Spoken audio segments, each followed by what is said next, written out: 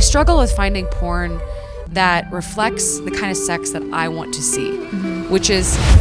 A lot of guys are scared of that region. Yeah. Like it's so unknown. They're like, how's it going to behave? What's it going to smell like? You know what? I accidentally healed my sexual dysfunction with drugs. And I feel like I could help other women do that. These drugs can make people fall in love. These drugs can make people bonded to each other. These drugs can turn you on and make you sexual. There's probably a lot of shitty therapists that take advantage of patients already. I've already heard of this. Penetration has not been properly taught to us, so we learn about it through porn. Most men want the woman to climax. They really want to get you there. Like, a lot of people use drugs during sex for a reason, because they're struggling with dropping their shame. They're struggling with being confident. The question is how do we actually get to a place where you don't need the drugs? I did a focus group with a bunch of gay guys where I was like, well, what turns you guys on? Like, what's the biggest turn on for you? And they were like, what turns us on is...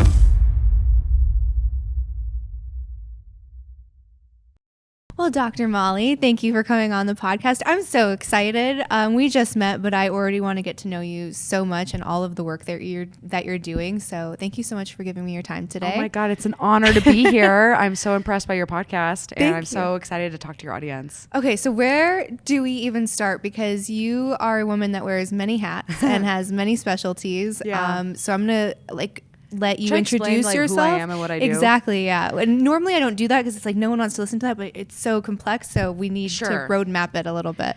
I mean, I'm basically a pretty serious polymath autodidact, if you know what that means. I'm like a Renaissance woman, I guess you would say. I'm a medical doctor by training, but I left mainstream medicine and I started my own medical practice about a decade ago because I was really interested in how to optimize health and not just fix sickness. And I did actually start working with clients as like a private physician doing like investigative medicine. I was doing personalized medical research. And then the biohacking movement really started blowing up. And I started working with startups about a decade ago as well. And I've worked with over 50 companies in the personalized health technology space, biotech, digital health, supplements, wearables, food, you name it. And so I had a really amazing ride. I wrote the book called The Spark Factor. I sort of built my practice around health span medicine, and I actually designed a course on health span, how to live better longer and extend your lifespan through the University of Stanford. So I taught at Stanford for 3 years. That was really informative. That actually really informed my book. But when I was teaching at Stanford, you know, I'd spent basically the last decade on metabolic health and insulin resistance. And everyone's listening to all these like influencers talk about how our food system is poisoning us and how, you know, insulin resistance is driving cancer, diabetes, heart disease, and dementia. And everyone's talking about this. I was working in that for a decade, trying to convince people that like everyone should put blood sugar monitors on their arms. So I was one of the first doctors to use continuous glucose monitors in clinical practice for not just sick people, but healthy people. And now it's actually the first year we're going to be seeing CGMs available for everyone through over-the-counter, Walgreens and CVS. But when I was teaching at Stanford, the thing that really hit me in my course, the thing that I'd been missing in my practice, was fundamentally an understanding of human relationships and health. And I had no idea how big of an elephant in the room that was just standing there for my entire practice. And I was like missing this really important puzzle. And that led me to researching the science of love and wanting to understand, like, what is the neurobiology of love? What is love? Why do we have it as a human species? And why is this so significant, right? And so that led me to Helen Fisher's work and basically studying love as 3 motivational drives: the sex drive, the romantic love drive, and the drive to attach. And I was like, you know what? I feel like I need to start a company in this space. And this was the moment that the psychedelic revolution was upon us. And there was almost no female CEOs in psychedelics. So I started Adamo because I was like, you know what? I accidentally healed my sexual dysfunction with drugs. And I feel like I could help other women do that, and maybe men. And it was a really, it was definitely a very, very visionary concept at the time, kind of insane. But we were commercializing. So we started as a biotech company. We were commercializing love drugs, and I was like so fascinated by how drugs could transform the way we think about partners and ourselves, how we could drop shame, how we could heal from trauma, and frankly, a lot of psychedelics at low doses are aphrodisiacs. So I was super interested in that. But unfortunately, as you probably experienced in your field of work, there's a lot of people who are haters. And as a medical doctor, I started getting a lot of criticism from people and frankly threats to my career for working in the psychedelic space. And so that wasn't the main reason I pivoted, but I paused on the drug development to really focus on developing a drug agnostic sex therapy, because I was like, well, we we know the policy is not really backing MDMA right now, right? Like FDA is not approving MDMA anytime soon, and they have a lot more research to do. Well, what do you feel like? What are your feelings on that? I think that, okay, so I presented at Oxford University in this Johns Hopkins Oxford Psychedelic Ethics Consortium. And I presented on the concept of psychedelic sexual ethics. And one of the things that I complained a lot about to my friends who worked at MAPS was like, you guys don't have a strong ethical education for your practitioners. These drugs can make people fall in love. These drugs can make people bonded to each other. These drugs can turn you on and make you sexual. It's almost like everyone was ignoring the fact that these drugs can drive people towards each other, literally activating these motivational drives, which are, by the way, love is one of the most healing experiences of human existence. There's a reason why MDMA can help heal. It actually activates the same neurobiology as love. But love is not necessarily safe. Like I learned that there's safe love, there's healthy love and unhealthy love. And as you've probably experienced with stalkers, that's a form of unhealthy love. It's when people become obsessed with people that are not obsessed with them. Right? Like one facet of romantic love is obsession. One facet of it is addiction. And this can lead to people becoming physiologically attached to partners that are unhealthy for them, or driving a therapist and a client together who, if you're already sexually traumatized, which is the number one cause of PTSD in MDMA studies, now you're adding love drugs to a population of people who've already had sexual trauma. Sexual trauma can create hypersexuality or hyposexuality. It can create PTSD in a lot of cases. And I just think that MAPS was not thinking clearly about how they were trying to train these therapists. Like, we do not do a good enough job training doctors and therapists about ethics. And so when you're throwing a really powerful drug into a therapeutic context, you're bound to have problems come up. And that's the thing that kept them from getting approved. The methodological research was poor. See, when I heard that, my knee-jerk reaction was that it was kind of bullshit. It is kind of bullshit. Because it was at the time, it seemed consensual, right? But the question is can you actually grant consent if you're under the influence of a drug? So I guess here's my thought on this is two things. One, when you're in that dynamic, it's already intimate by nature. So I feel like that there's probably a lot of shitty therapists that take advantage of patients already. I've already heard of this. Yeah, with or without the drugs, right? It's just, it's the dynamic, it's the trust, it's the vulnerability. That already is happening in mainstream medicine, right? So it's already psychiatry. happening. So if you're saying like this is the reason, it's already happening, right? And then I understand it's just my anecdotal experience, but when I did MDMA in a facilitated situation, the last thing I wanted to do was like get physical. I know it's probably an abnormal response, but I was like, I don't know how this is enjoyable for anyone. It was very difficult. It was very hard. And if I were to ever do it again, it would take a lot of coaching myself. You had a pretty paradoxical reaction to MDMA. Most people feel enormous amounts of love, connection, and tenderness. And it sounds like your experience from what you told me yesterday, it was like, I have seen people have these paradoxical responses where instead of it being activating and like generating feelings of deep love and connection, it's more like stimulating, or it can be actually depressing and make you feel really disoriented, right? But the thing is that keep in mind, when people are going through MDMA therapy, they're doing like 40 hours of preparation and integration sessions, not just the MDMA session, right? Right. So there's already a pre-existing very deep bond being built between these practitioners and these patients. And look, I still think MDMA should be approved because veterans have double the rate of suicide than the average population, and there are not that many options. And we should be at least doing compassionate use for veterans, right? Absolutely. Because these people are suffering. Absolutely. But I think we need to really reevaluate the psychedelic space, especially in the medical arena. Like, how do we encourage ethics and safety in these environments? And like I've seen so much unethical psychedelic practice in the underground, and I've seen a lot of great things happen with very ethical practitioners. So it's like, what I tell people is like, psychedelics are transformative, but if you use them improperly, if you have the wrong guide, if you're not in the right setting, if they're not in the right mindset, and if you aren't really sure of like how to use them properly, they can be a double-edged sword. they're a catch-22. They can be really positive or they can be really risky.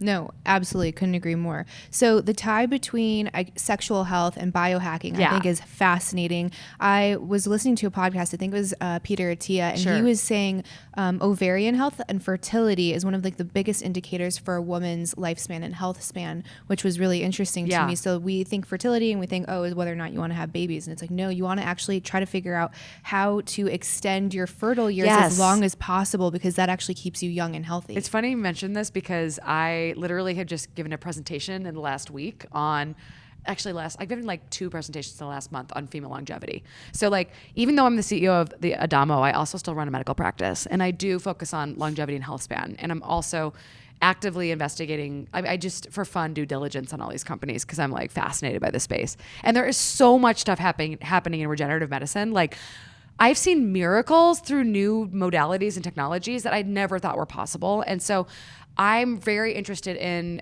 first of all, mitochondrial research and mitochondrial health is one of my fortes. It's like one of the main things that I've studied. And the ovaries are one of the most concentrated places in the body of mitochondria. And the sad thing about being a female is that our ovaries age faster than all of our other organs.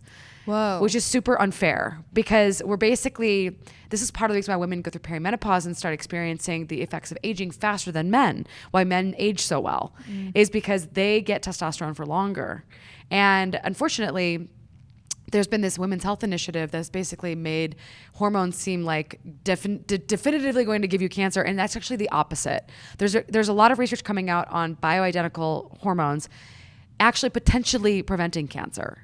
Right? Because it wasn't the application incorrect. So back in the 90s when they were doing it and they had this study that has been debunked that was saying that it does Women's increase. Health Initiative. It was because they had an imbalance of testosterone and progesterone. Like they were just giving you women one or the other. So they were giving women like this form of progesterone that was synthetic and that was not, actually was derived from horse urine. And so most of what is being given to women these days, if you have a really good doctor and you're lucky and they know what they're doing. And by the way, hormones are not like, you have to actually do a lot of education as a doctor to start understanding hormones. And I'm still learning about how to use them. And I've been working with them for years. But we as like the millennial generation is entering perimenopause, and we are decidedly not going to age like our parents. We are going to be using hormones earlier. Everyone is buying these home testing kits like Ova and Myra to be able to actually see your hormones changing. Because every month, the thing about perimenopause is your hormones are changing and fluctuating. So some months you might feel estrogen dominance. Some months you might feel progesterone deficiency, which feels like estrogen dominance. And then some months you might feel like estrogen deficiency as you get older. And the problem with this is that most doctors aren't running like full panels of labs, aren't even paying attention to the monthly fluctuations. And frankly, right now, the way that, I'm not saying this is a problem, but the way that hormones are dosed right now is all symptoms based. But that means you as a patient need to learn about what these symptoms look like. And so I think there's going to be a huge wave of just perimenopause companies. I'm already talking to like 5 right now because we want to partner with these companies that are prescribing hormones, because hormones can be one of the greatest biohacks for female sexuality, like vaginal estrogen, topical estrogen, oral progesterone, sublingual progesterone, topical testosterone. Like all of these things will rejuvenate your body. And you can run, if you're really that scared of cancer, you can run Cancer Check Labs, which is a company that I'm starting to advise. That's a blood testing company for cancer. And it's really advanced, way better company than Grail. And I send patients to go get Pronuvo scans, which are really great too. And there's a lot we can do to catch cancer early if you're that concerned about it. And obviously, if you have a family history of breast cancer or ovarian cancer, you have to be much more careful. But I think we're entering a really exciting moment in female health in investing in female longevity. And so going back to this concept of ovarian aging, there's companies like Oviva. The CEO, Daisy Robinson, is investigating Müllerian inhibiting substance. And this is a hormone in the body that regulates the release of eggs. And what they're aiming to do is figure out, can we allow you to keep your eggs for longer? And what's the best way to do that? And can we actually extend the number of years of fertility? Because that could potentially extend health significantly, right? On top of that, a lot of women are picking up on this concept of rapamycin, right? So rapamycin, this Vibrant study just came out and basically demonstrated that they could potentially give women 5 extra years of fertility with rapamycin, which is like bananas. And I'm actually about to start it because I'm like, shit, I need to. So what like, is rapamycin? Rapamycin is an mTOR inhibitor. Peter Attia is, Peter Attia and I have very similar practices. I work one-on-one and I do a lot of health coaching, but he has an entire team of people that work with clients. But both of us are focused on how do we help predict and prevent chronic illnesses, right? And so rapamycin is this mTOR inhibitor, and in animal models, it can extend the life of animals dramatically, like 30%, Whoa. which is crazy. So he takes it, Amy Killen takes it, and a lot of people that I admire really take it. Is it a prescription? It's a prescription. Okay. You can get it from the company Joy, Joi. And yes, I know I talk about a lot of companies, but I'm an entrepreneur and also I advise a lot of companies, and I frankly am fascinated by the people on the bleeding edge of technology because they are typically 10 to 15 years ahead of the curve. Mm-hmm. And you want to listen to those people because they usually look, I mean, the trick is if you're going to try to follow a health longevity guru, do they look young? Yes. Obviously, yes. It's so funny. I was like on the airplane on the way here and I was crying over a breakup. And I had literally rolled out of bed at 6 o'clock. My flight left at 7. Somehow I got on the flight and I'm sitting there outside moping. And this woman comes up to me and she's like, "You're so beautiful." I'm like, "What are you talking about? I've been crying for a half an hour." And she's like, you just look so young and youthful. And I was like, "I'm 40. And she's like, "How are you 40? I and didn't I'm believe like, you. Yeah, I was the like, thing how? Is, it's funny because like I know people think it's crazy, but I committed my life to optimizing health. And so when you spend a decade of your life, more than a decade, I started educating medical students. As a medical student, I developed a course on evidence-based lifestyle medicine when I was a medical student because I saw it was missing from our education. So I've always been oriented not just around sickness, but how do you measure and optimize health? Mm-hmm. And that means how do you measure and optimize metabolic health? How do you measure and optimize environmental health? How do you measure and optimize fitness? How do you measure and optimize sexual health? Mm-hmm. And my company Adamo developed a sex therapy specifically oriented around how do we measure and optimize our intimacy and our sexuality. And really I wanted to optimize love. Like the name Adamo means to fall in love in Latin. So I was like, there must be a science to love and I can hack this. Holy shit. Did I discover that love is a Pandora's box? It's like both magical and amazing, but filled with so many challenges. Like, first of all, working in the sexual health space is like really tough to market products because the internet basically thinks that like the internet doesn't really understand sex. It's like this weird wasteland of weird, like, it's like there's good stuff out there and then there's bad stuff out there and there's like high quality porn and there's low quality porn and there's like, there's trustable, like there's companies that you can trust and there's products that work and products that don't, and it's just kind of like a mess. It's all lumped together. Yeah. Right? And like they're very different things. And the good stuff is lumped in with everything else, And look, I'm like trying to figure out right now. I was talking to my friend Lily. I'm like, "Lily, we need to figure out how to tape our method, our sex therapy, as like actual people having suction-based sex, because this is what we're teaching in our method. We're actually teaching penetration." Right? Penetration has not been properly taught to us, so we learn about it through porn. And like some porn is great. I've actually like sought out, like I like watch porn, and I'm not going to deny it. I've been watching porn since I was in 6th grade, and so I'm happy to admit that I am a porn watcher. But I have a struggle with finding porn that reflects the kind of sex that I want to see, which is I want to see women in profound ecstasy. Right? I want to see a woman having a 30-minute long full body orgasm. And I do see some porn that does show me that, but it's really hard to find because most of what I'm seeing is like it's a male product. It's a male product, right, from a male gaze.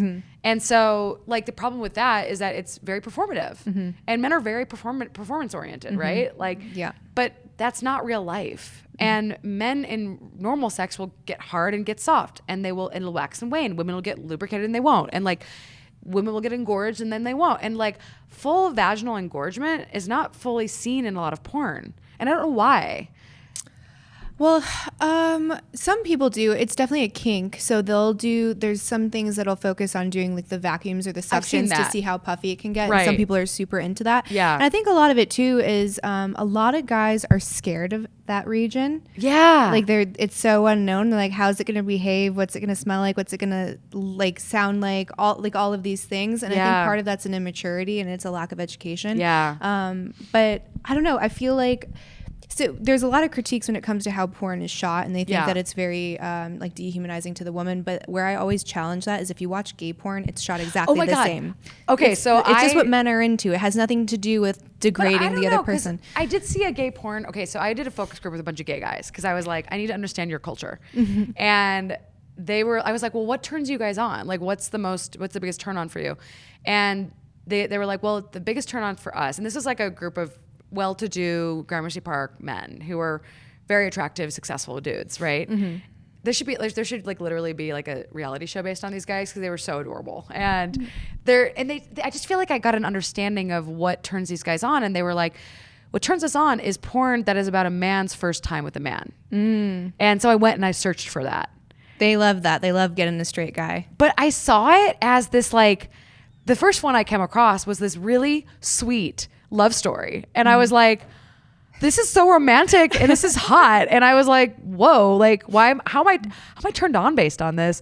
And it was like, to me, I think that does exist in the art, like the mainstream porn world, but I do feel like, I don't know, does Pornhub have algorithms? Because I feel like I'm getting sent the wrong stuff. There definitely is an algorithm, and, and there's a huge gradient. So with both hetero and gay porn, there's going to be the romantic, artsy story is important. But if you look at the meat of it, like what sells the most, what gets the most eyeballs for something that is made for a man, whether they are straight or gay, it's invasive, it's aggressive, it's like very testosterone driven. Yes. Right. And that, I don't think there's anything wrong with that. It's just what they like. I mean, look, that turns me on. Like, I'm not going to deny the fact that I get turned on by that kind of sex, but I also get turned on. The key that I want to teach people through the Adamo method is that you should have range as a lover. Yes. Right? Yes. Like there is a time and a place for animalistic, raw, kind of BDSM, kinky sex. And I love that. And I'm very much a shapeshifter according to the erotic blueprint, but I also love energetic sex, and I also love sensual, slow sex, and I also love just fucking in an afternoon with a quickie, right? And then there's there's the BDSM piece, and I haven't done as much of that lately, but there's a time and a place for that. And I think the thing that I think a lot of people get stuck in is they get stuck in a rut and a routine with their partner. And a lot of people even get stuck in a rut and a routine with their porn that they watch, right? And it's because, we live busy lives, we've got things going on, sex is not always a priority. But the one thing I've discovered in the last 5 years of optimizing my own sexuality is that I thought I was a phenomenal lover 5 years ago. I thought I was top 95th percentile. And then I realized I was still dealing with sexual pain, and I was still dealing with discomfort. I was still dealing with not getting fully aroused. And part of it was I wasn't communicating properly with my partners. And I was kind of still in a bit of the performative place, even though I was getting better.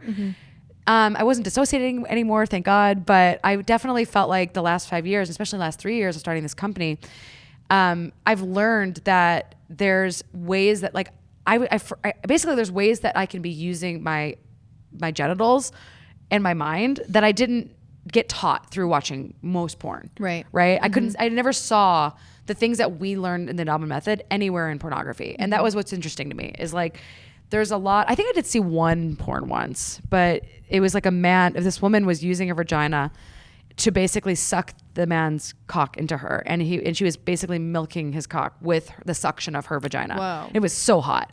And I was like, how is she doing that? And the funny thing is I got taught by these two world-class sex educators, Aaron Michael Isley and Sayeda Desolé. And Sayeda Desolé's work was really largely oriented around erotic individuation and embodiment. How do you become a more embodied lover? And how do you actually learn about your erotic individuality? And then also recognize that you have to be sovereign as an individual. Your body and your physicality is sovereign. And you need to understand your boundaries and how to communicate them. I did not know how to do that because I had my boundaries violated. So I kind of got, frankly, a little bit experience. I mean, a lot of women do experience, and a lot of men, boyfriends that have been sexually assaulted. So it happens to men and women. Same. Mm-hmm. But like when your boundaries have been violated, you learn that that's in a lot of ways, like a lot of people are just like, well, it just happens, right? Mm-hmm. When I spoke to this group of gay guys, they were like, they really don't see sexual trauma the way that straight women do, because it's almost emasculating for them to admit that they've had these experiences, but it can lead to dysfunctional sexual patterns, right? Which is one of the reasons why we try to teach embodied consent, which is how do you communicate consent in a with your body language? Mm-hmm. And what does an open, accepting, receiving body look like, and what does a closed off, frozen, like crunched over body look like, right? And how do you learn to read your partner and how they're responding with their bodies to what you're doing? Mm-hmm. I didn't know how to do that, and I wish I would. I wish I would have known that, because I think there were times that where I asked a guy, like, "Are you really want to do this?" You know. And sometimes men will be macho and masculine, like, yeah, of course. And it's like, I don't think you do. Like, you don't look like you do. And I think if we had that language for consent at a younger and younger age, we could avoid so much assault and trauma. Because what people forget is that a lot of sexual assault happens in a consensual context that was verbally consensual, but things can become non-consensual. And this is the thing about psychedelics, right? I'm a big fan of psychedelics for sexuality. I think they could be used as a phenomenal aphrodisiac. So which ones in particular for that? So we were developing a psychedelic assisted sex therapy. So we developed a protocol that has both the psychosomatic sex therapy piece, which is the online program, but we have like a yet to be released protocol on how would you use ketamine, psilocybin, and MDMA as medicine. Mm-hmm. Okay. So I'd already developed like a 50-page sublingual ketamine protocol for clinical practice, which actually my friend Ryan commercialized into an entire company. So I've been working with psychedelics clinically and legally for since 2020. 2018 is when I first started prescribing ketamine. And basically, I've been looking at research around conjoint therapy and like how MDMA is used clinically right now. And there have been studies on conjoint therapy, but really what they're doing is they're giving people MDMA and they're having them lay at separate parts of a room and have their own solo sessions in the same context, which is not what I'm trying to actually explain to people as possible. So there's basically 3 different dosing ranges, and ketamine and MDMA and psilocybin can be dosed in these different ranges, but typically you don't see MDMA microdosing. You don't see ketamine microdosing. You do see psilocybin microdosing and sometimes acid microdosing. I've had friends of mine come to me anecdotally and tell me, yeah, I started microdosing and my libido came back. So I've seen that happen anecdotally. It's not commercial. No one's getting that approved, but there has been a study by MindMed, and they discovered that LSD, one of the side effects of their studies on LSD for generalized anxiety disorder was improved sexual function. And this guy, Tommaso Barba, is one of our chief investigators. He's one of the world's experts in psychedelics for sexuality, as well as Alexander Winger, who's studying microdosing for sexuality. And both of these people are running studies in England with Imperial College. So these are like the cutting edge of young researchers. They're amazing, brilliant young kids. And I call them kids because they're so young and they're so smart. So Tommaso discovered with psilocybin that when people were taking it for depression, and this is large doses, they discovered improvements in their sexual function. But their question now is it the lifting of depression and anxiety that creates the improvements in sexual function? Probably. But I know plenty of people, and I mean, Timothy Leary himself said LSD is the best aphrodisiac, right? So I was curious, so MDMA is also being used to study PTSD. And one of the biggest drivers of PTSD is sexual trauma. So there's a lot of research that suggests, there was a little bit of research actually, that suggests that about 30% of people who experience sexual trauma develop PTSD, but 60 to 80% will develop sexual dysfunction. And so I'm really curious about that population, right? Because I think that's a major opportunity to help heal people who don't have healthy, normally functioning nervous systems. So I do think there is a role for high dose MDMA and entactogens specifically for healing sexual dysfunction secondary to a trauma that isn't PTSD diagnosis. That's one thing that you can think about. Those are the high doses. But then I've had clients who were using intranasal ketamine clinically for dysthymia and anxiety and just overall, mild depression. And they were like, I noticed that my relationship with my wife is improving. And I'm like, well, what are you doing with the intranasal? And by the way, I've since paused on prescribing ketamine because you don't actually know what people are going to be doing with these things at home. Yeah. But anecdotally, one of my clients specifically said that he would use a lower dose than I had prescribed to him for just opening up to his partner. And so I started doing research and discovered there's actually a whole bunch of doctors that are prescribing ketamine for couples therapy. And they're working with couples therapists, and they're using what are called psycholytic doses, which is a dose where you're still coherent and you're still awake and aware, but you're not, and you haven't lost your faculties, and you're kind of using it as a way to, ketamine is just dissociative. So sometimes it's really helpful to get outside of your ego identity in order to connect with your partner, to get outside of your delusion of your separate self, to really sit with your partner and open up to your partner about challenges you're dealing with. That's pretty cool. And then there's the aphrodisiac doses, right? So I'm really interested in, how would we create a mesodose, which would be an aphrodisiac dose, which is above a microdose, but below a hero dose. And it's like enough to get a physical biological sensation, but not enough to cause you to trip. And this is the tricky thing. It's really about dosing. But I believe that the mesodose is really ideal for people who struggle with body image and shame and just dropping into their bodies, being able to actually connect with themselves. And, I did build a prototype at one point, and one of my friends was out of the country and had tried a dose, and it was a test in Mexico, and basically was like, I had this medicine and had like a 4-hour long orgasm with my partner. And I was like, what? I was like, did you take more than one? And she's like, I took 2. I was like, okay. So the thing is that like aphrodisiacs are not new and psychedelics are not new. These are thousands of years old. This is like the first time that we're starting to like wake up to the reality that like these could be actual clinical pharmaceuticals, but they've been around forever. And it's just, the problem is the challenge is creating I still may go do this because I got a little disenchanted, but I'm a little bit remotivated because I do think that there is a way to take these things safely because so many people are at home. Like people are taking Xyrem, which is GHB, which is the date rape drug. Oh, why? Why are they doing that? For narcolepsy with cataplexy.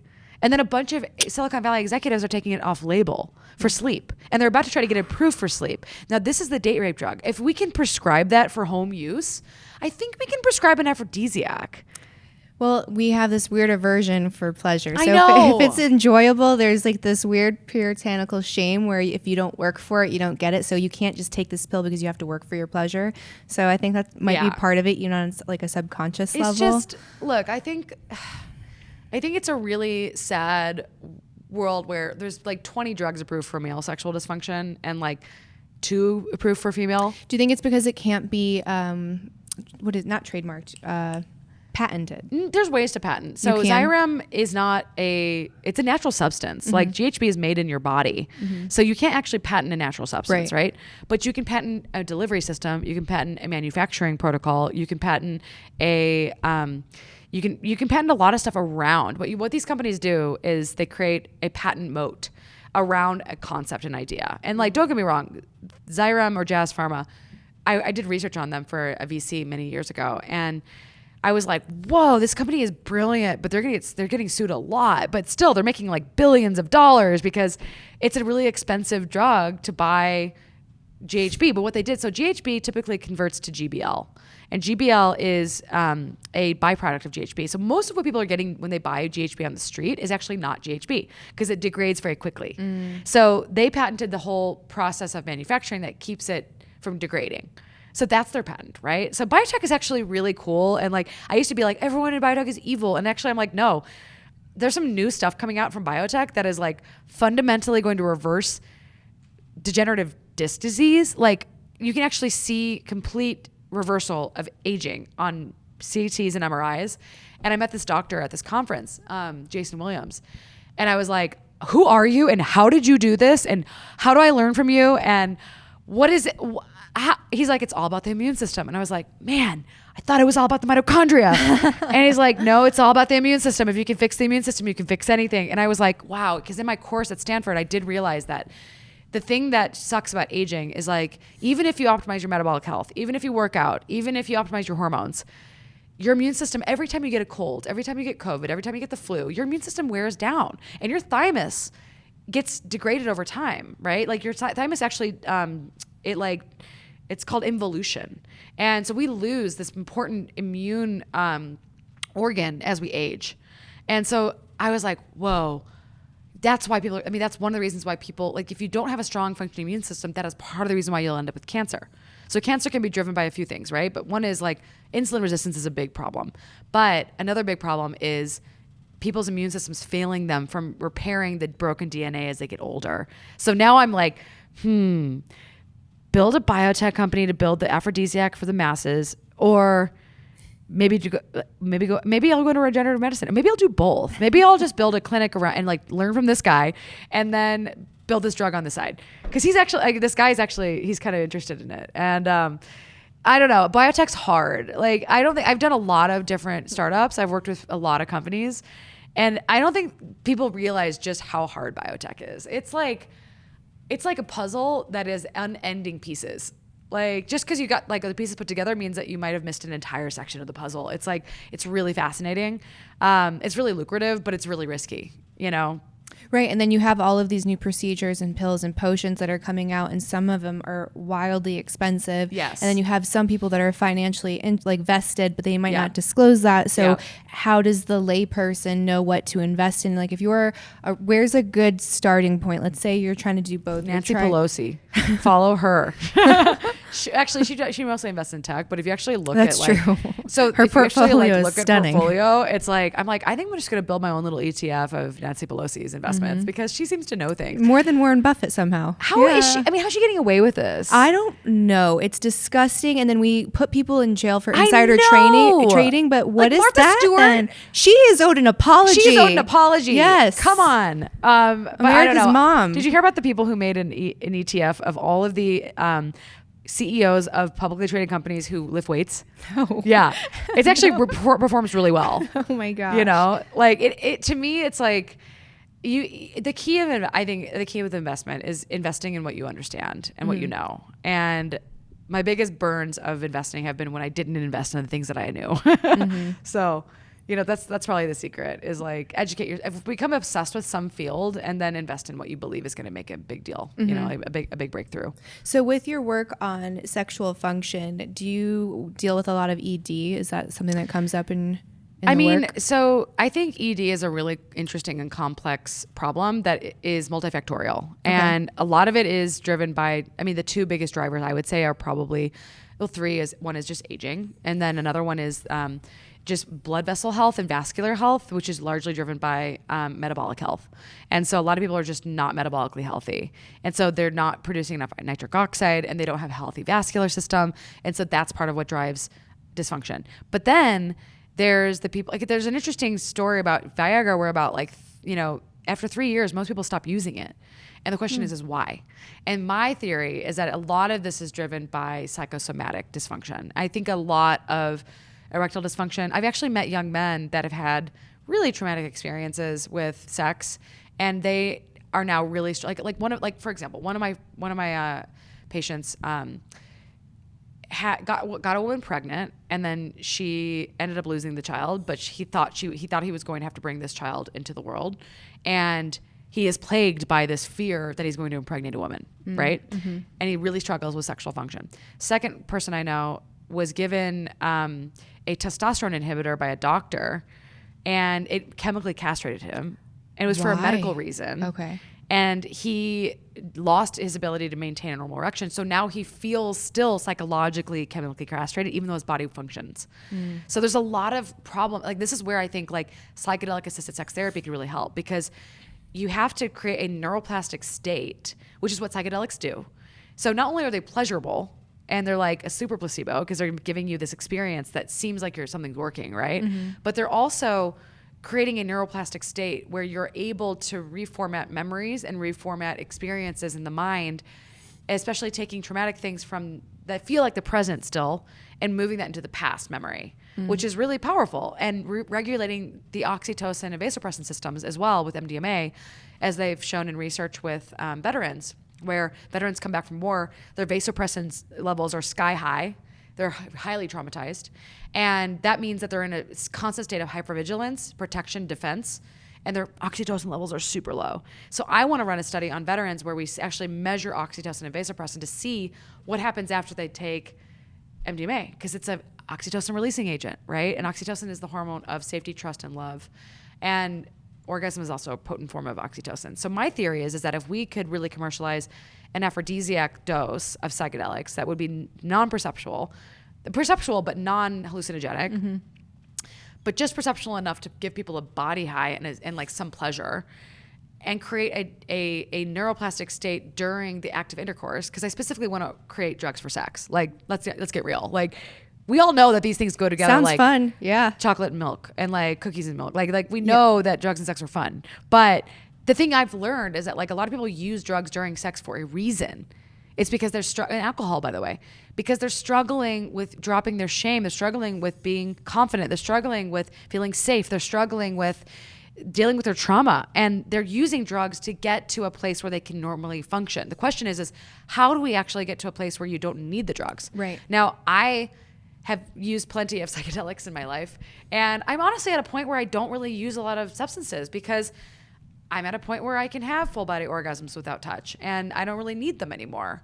But I do think that I wouldn't be at this place if I hadn't have developed these new neural pathways in my brain where I can now do this stuff without drugs. Like, that's the thing. That's the world I want to see, is like, these are healing tools, but these are not things that people depend on. The problem that I've seen in ketamine is so many people are dependent on ketamine now to socialize. They're dependent on it to communicate with their partner, to feel normal. And like, there's a lot of addiction out there that's psychological addiction.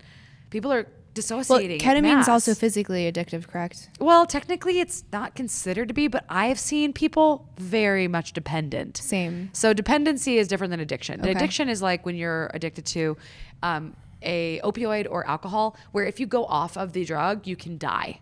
Like, you can have like serious delirium tremens if you go off of alcohol, right? That is, and like, or if you go off of it, you have horrible withdrawals. There are withdrawals with ketamine, obviously, because people become habituated to it. But I've seen it really destroy people's physiology. It can ruin your bladder. I mean, there's no free lunch when it comes to biology. You cannot get away with habitual use of substances, just like alcohol. Like, these should be used as tools. And arguably, the indigenous people, that's how they use them in tribal cultures. We've gotten to the point in America where we're just so excessive, we're so dopamine driven, and we have no ability to regulate ourselves, that people are just like constantly overusing these things. And I've lost friends to ketamine. I've lost friends to, horrible things have happened to people I know from alcohol. And honestly, like, our country's in a crisis right now of diseases of despair, of suicide, of addiction. And I don't want to promote a world where everyone needs to have sex on drugs, but I do want to promote a world where people could use these as tools to heal, and preferably not abuse these things. And so if I were to commercialize a drug, it would be a highly controlled substance. Like, you'd have to go to a doctor. You'd have to get Xyrem right now. It is extremely expensive and time consuming. You have to go to a doctor. They have to fill out a ton of paperwork. It comes from a central pharmacy. It's highly controlled with these REM system, which is risk evaluation and mitigation strategies. And all of those have to be audited by the FDA on a regular basis. But you could build a multi-billion-dollar business and save a lot of people from having terrible sex lives. So it's like, there's part of me that's like driven to do this, and there's part of me that's like, this is really hard. No, I mean, I feel like the wave is here. I don't know that I think it's kind of the perfect timing. It's the beginning of it, right? Because I feel the overindulgence, we're kind of at the tail end of that, where everyone is doing it all of the time and comparing notes of who's done the most, right? Because you would win some kind of badge.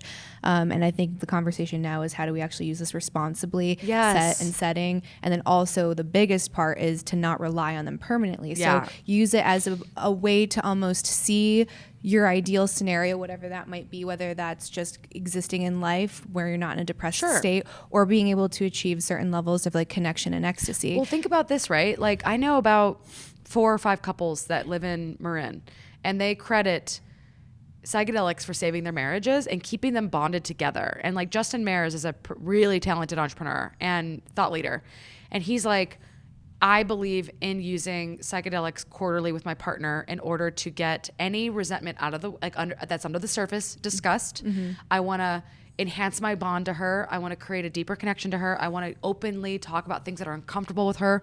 And he put this all in his Substack. And so like, these are pretty important people that I know that are very successful, that are using these medicines to maintain the bonds of the relationship. And I think that we may need medicine for love, because we're living in a very weird time where people are getting more and more disconnected. There's a lot of divorce. I mean, you've been married for like 15 years. That is amazing.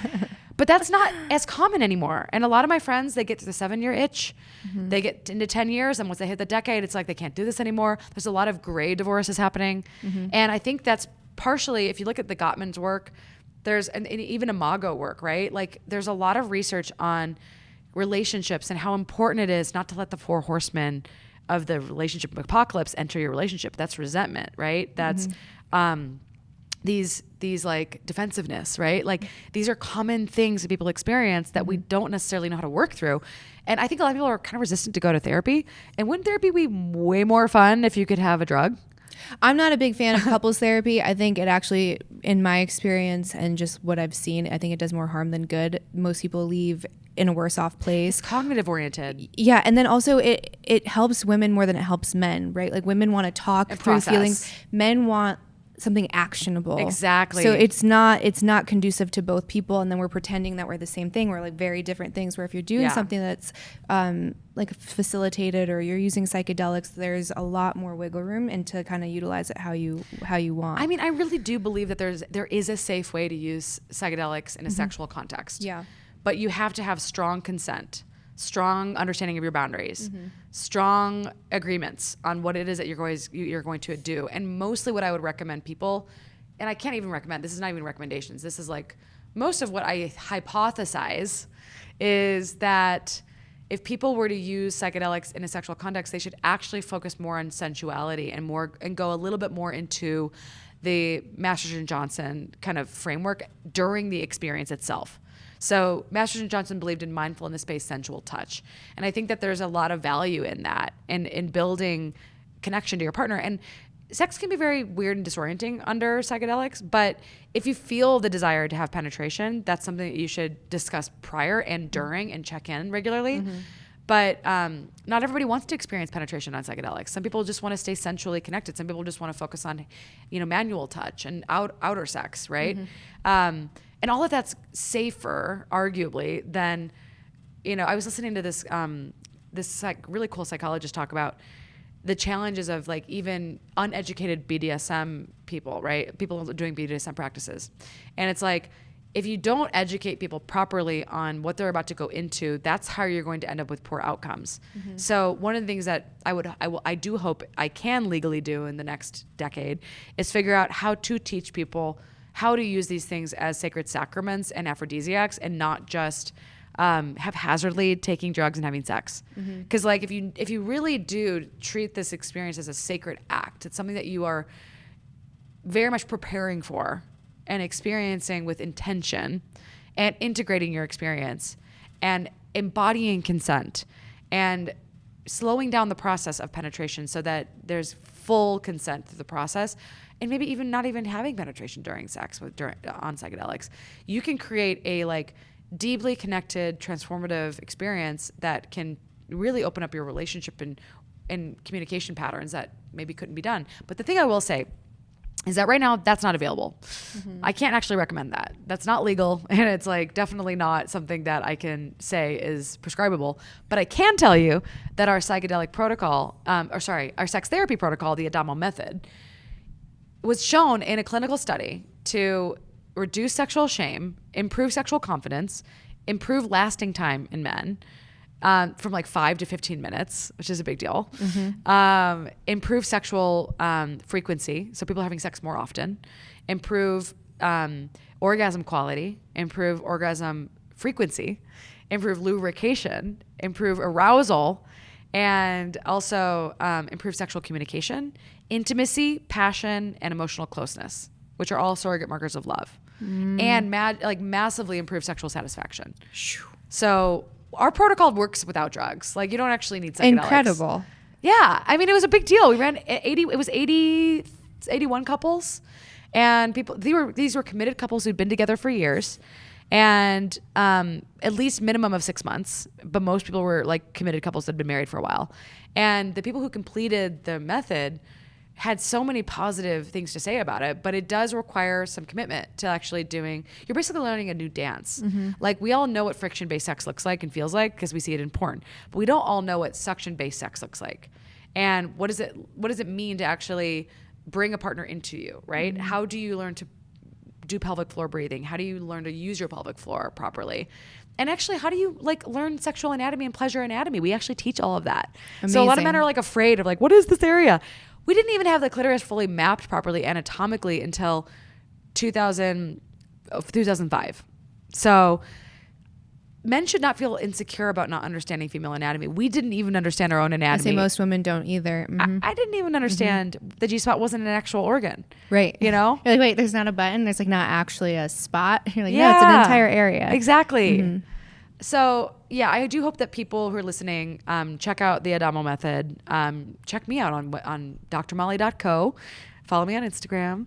Come to our Instagram as well, Living Adamo. And yeah, I know that this is like a largely male audience, but I do think that becoming a really phenomenal lover is really important for women as they age, right? Like there's this huge pleasure gap. Like 68% of women, heterosexual women, experience an orgasm every time they have sex, whereas 95% of men do. And we believe that we can close that gap.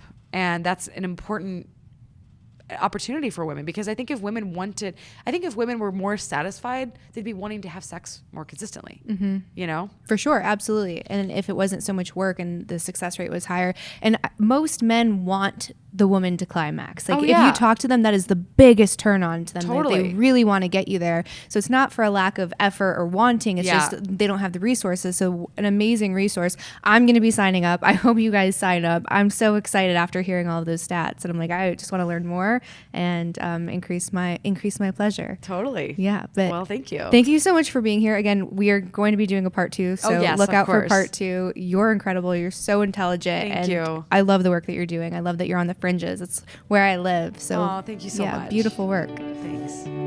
Bye, everybody.